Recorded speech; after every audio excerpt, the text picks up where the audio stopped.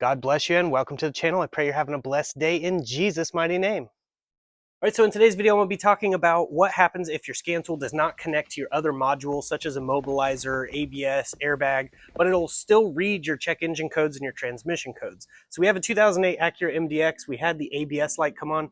We tried to read the codes, but it said it would not connect to the module to make sure the power was on.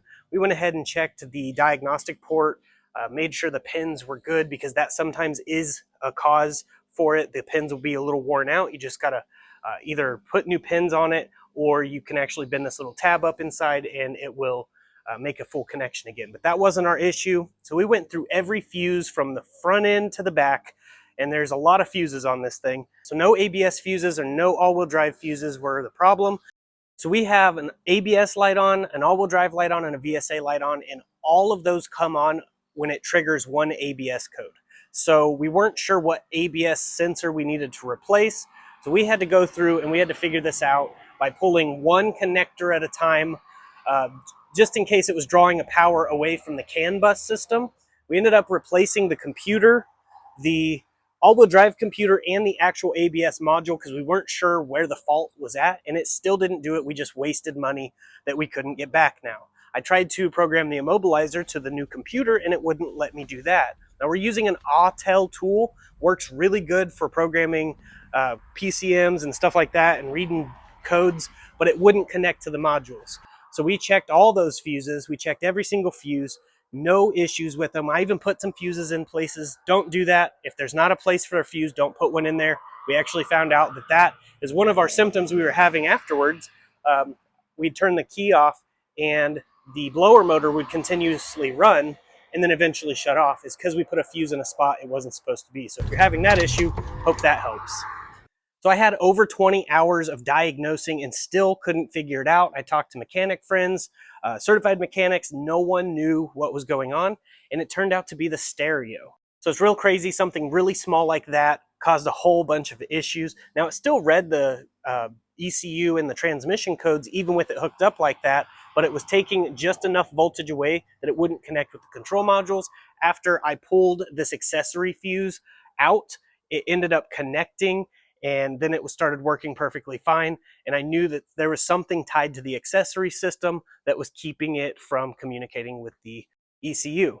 So if you're having issues like this, I recommend starting with fuse box. Definitely remove fuses like the door locks, the windows, things that are not important to communicate with the computer, because if they're drawing too much current away from the CAN bus system on these newer vehicles, just a little voltage difference and it won't communicate with the modules. So that's basically what we did, which led me to the stereo, which I actually hooked it up 2 years ago wrong. There's 2 blue wires and 2 red wires in there, and I didn't have a proper diagram. I hooked to the wrong blue and the wrong red, which ended up being part of the communication for the CAN bus system. So it's actually my fault this whole time, but I figured I would make a video so I could help you guys just in case you did something like that. Or if it's another sensor, because even coil packs being bad can cause it to not communicate. So it's really interesting on these systems when trying to communicate with scan tools.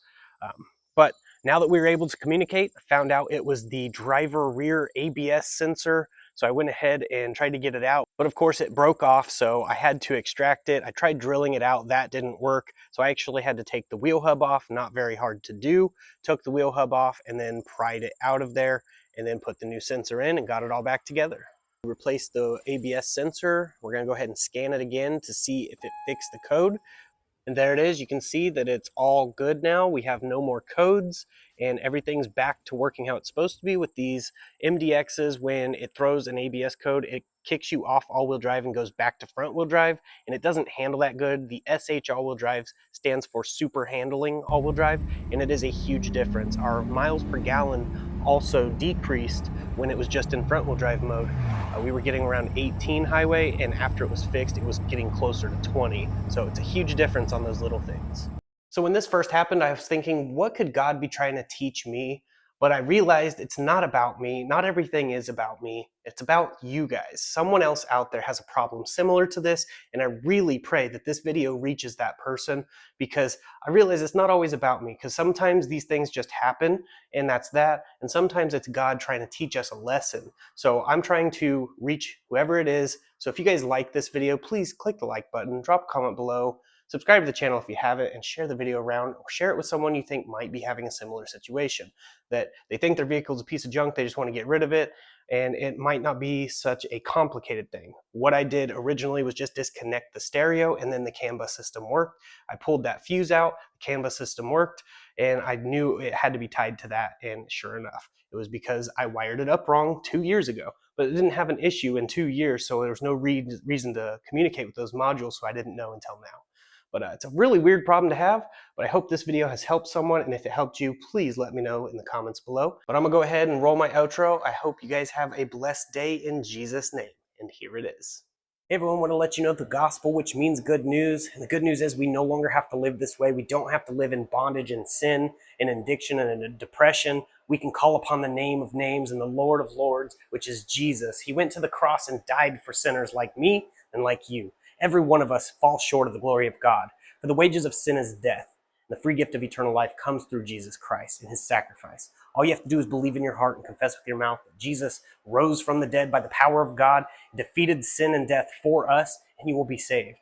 After you're saved, the good works start to show. We're not saved by our works. We can't be saved by feeding the homeless or the poor or going and doing good deeds and stop cussing, but we are saved through our faith in Jesus Christ. And once you have that faith, those things seem to fall off. Your language will clear up, your good deeds will start flourishing, and you will show fruit that you are saved by the King of Kings.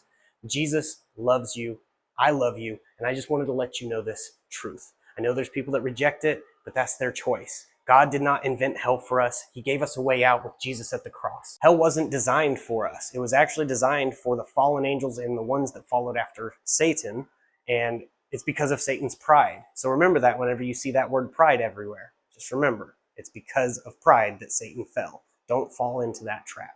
But God also does honor our choice. If we want to live away from him, he will honor that because he loves us. Love must be free and not forced. See, God is a just God and a God of love, and he loves us so much he gave us free will to choose him or reject him. And either which way we go, he will honor. If we choose him, all the other things are going to fall off and we're going to go towards him. If we reject him, he'll honor that by sending you far from him. And hell is a place of torment. And it will also be filled with a bunch of religious fanatics who sit there shaking their finger at you because you're doing this, but they're doing even worse.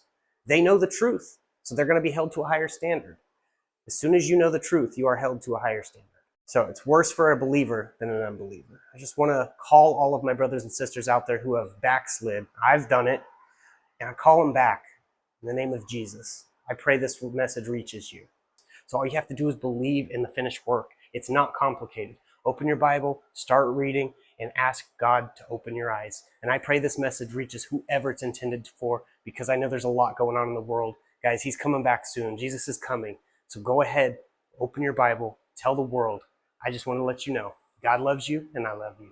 If you're saying in your mind, you can't love me, you don't even know me. Well, people hate each other for no reason. I get hated on all the time and people don't know me. So I can love you for no reason. But my reason comes from above. His name is Jesus. Just wanted to leave you with that. God bless each and every one of you. God bless, stay safe, stay awesome. Jesus loves you.